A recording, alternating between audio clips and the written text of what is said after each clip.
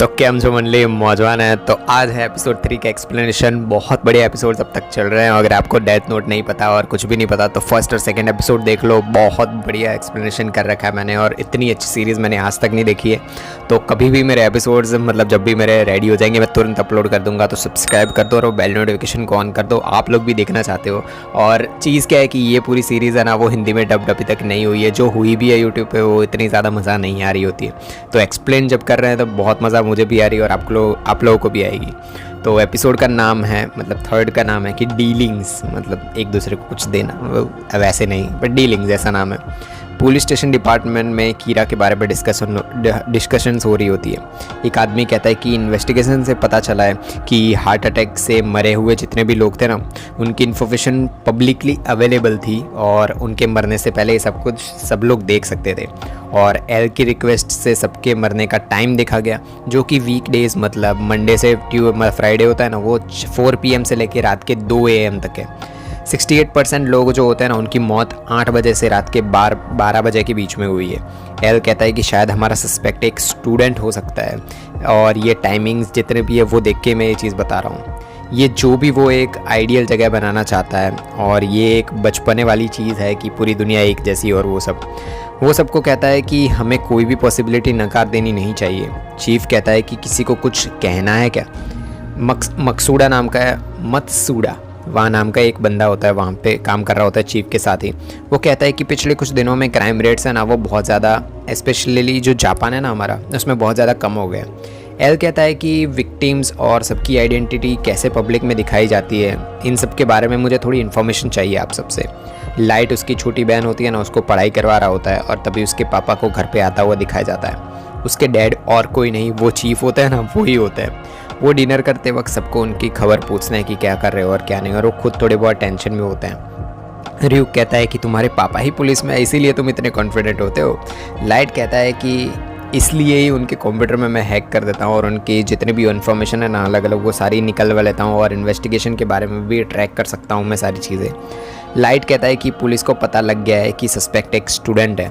Light कहता है कि लोगों को मौत कैसे होगी अब मैं वो डिटेल्स में लिखूँगा, और आगे लोगों की मौत हुई दिखाई जाती है अलग अलग जगह से। उसने ऐसा किया होता है कि एक अलग अलग डिटेल्स दी होती है कि भाई ऐसे मरेगा, एक्सीडेंट में मरेगा, एक्सीडेंट होके बाद इतना होगा, वो सब लाइट ने लिखना शुरू कर दिया होता है। पहले जो हार्ट अटैक था उसमें थोड़ा बहुत डिटेल डालनी शुरू कर दी।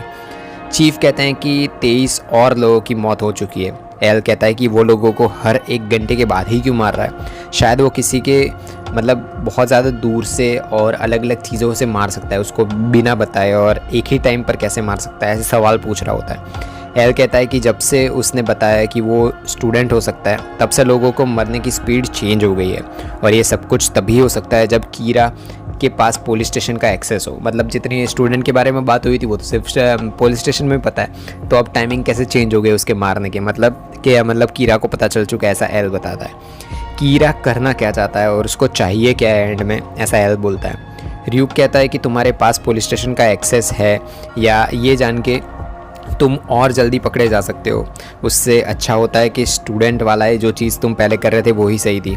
लाइट कहता है कि उसको एल के नज़दीक पहुंचना है और एल को मार देना है। लाइट कहता है कि पुलिस और इन्वेस्टिगेशर्स एक दूसरे को ट्रस्ट नहीं करते, कि उन्होंने एल को नहीं देखा है। एल अभी जो मैंने ये चीज़ डाली है कि पुलिस स्टेशन के अंदर ही कोई है, ये सुन के एल भी पुलिस स्टेशन में जितने भी लोग हैं उन पर विश्वास नहीं करता होगा।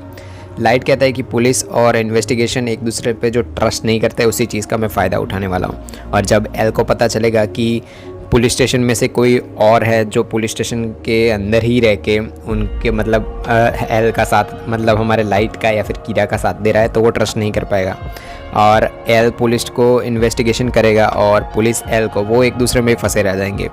3 लोग चीफ को रेजिग्नेशन दे रहे होते हैं कि भाई अगर पुलिस स्टेशन में ये सब कुछ हो रहा है तो वो लोग मुझे भी जो कीरा है वो मुझे भी मार सकता है, ऐसे ही बता रहे होते हैं और छोड़ देते हैं। और उनमें से एक कहता है कि अगर मैं कीरा होता तो जो लोग मुझे पकड़ना चाहते हैं मैं उन लोगों को पहले मारता। वो सब केस छोड़ के चले जाते हैं। एल के पास 141 लोगों की लिस्ट होती है पुलिस में से, जिनके पास कीरा के बारे में इंफॉर्मेशन होती है। एल कहता है कि इतनी इन्फॉर्मेशन सिर्फ इनमें से एक ही लोग हो सकता है, एक ही पर्सन हो सकता है जिसके पास सारी इन्फॉर्मेशन है, ये 141 में से। र्यूक लाइट से कहता है कि तुम्हें कोई पीछे फॉलो कर रहा है। लाइट सोचता है कि क्या एल ने पुलिस स्टेशन को मतलब पुलिस वालों को अभी से या फिर उसके आदमियों को मेरे पीछे इन्वेस्टिगेशन करने के लिए लगा दिया है। एल के पास ज़्यादा से ज़्यादा कितने लोग होंगे इन्वेस्टिगेशन करने के लिए? 50, उससे ज़्यादा तो नहीं होंगे ना। ऐसा हो ही नहीं सकता कि उसको पता चले कि मैं ही कीरा हूँ। मैं तो एक कॉमन स्टूडेंट हूँ और बहुत ज़्यादा कॉमन दिखता भी हूँ, पर जब तक ये आदमी मेरा पीछा न करता रहेगा शायद उसे पता चलेगा कि मतलब जितना ज़्यादा ये पीछा करेगा उसको पता चल जाएगा कि मैं ही कीरा हूँ। लाइट सोचता है कि बस उनको फॉलो जो भी मतलब फॉलो कर रहा है उसका नाम मिल जाए ना, तो मैं उसे अभी से अभी उसका नाम लेके उसको मार डालता हूँ। र्यूक कहता है कि शिनिगामी और ह्यूमन की जो डेथ नोट होती है उनमें 2 डिफरेंस होते हैं, और शिनिगामी को ह्यूमंस के नाम लिखने पड़ते हैं उनकी डेथ के लिए, क्योंकि हम इंसानों की ज़िंदगी ले सकते हैं। और जैसे कि तुम एक इंसान हो जो 60 साल तक जिएगा, और शिनिगामी ने लिख दिया होता है कि आदमी 40 की उम्र में मर जाएगा, तो वो 20 साल की शिनिगामी की लाइफ मेरे में ऐड हो जाएगी। मतलब ऐसा शेर बोलता है कि अगर किसी को मतलब कोई मरने वाला है, जैसे 60 साल उसकी ज़िंदगी है पर वो मेरे को ज़िंदगी दे देगा, तो 40 साल में वो मर जाएगा, जो 20 साल बचे ना वो मेरी मतलब शिनिगामी की ज़िंदगी में ऐड हो जाएंगे। इसलिए शिनिगामी कभी मर ही नहीं सकते। जहाँ बात ह्यूमंस की रही, तो चाहे तुम लोग कितना भी नाम लिखो तुम्हारी ज़िंदगी में कुछ साल ऐड नहीं हो सकते। दूसरा डिफरेंस शिनिगामी और ह्यूमन में ये है कि शिनिगामी किसी का भी फेस देख के उसका नाम पता कर सकता है, और शिनिगामी की आंखों में किसी भी आदमी का नाम उसके हेड पर जो होता है ना वहीं पे लिखता दिखाया जाता है, और शिनिगामी बताता है कि मेरी आंखों से किसी का भी नाम दिख सकता है और कितने साल वो जीने वाला है वो भी दिख सकता है। हमारी आंखें और इंसान की आंखें बहुत ही अलग होती है, पर अगर एक शिनिगामी उसकी डेथ नोट गिरा दे और एक इंसान उसे ले ले तो वो शिनिगामी की आंखें ले सकता है, पर उसके लिए एक डील है।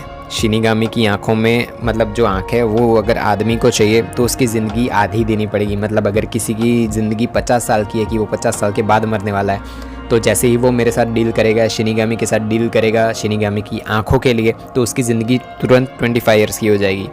वो आदमी जो लाइट के पीछे था उसे एंड में लाइट के घर के आसपास दिखाया जाता है और वो चेक कर रहा होता है कि कुछ गड़बड़ तो नहीं है ना यहाँ पे।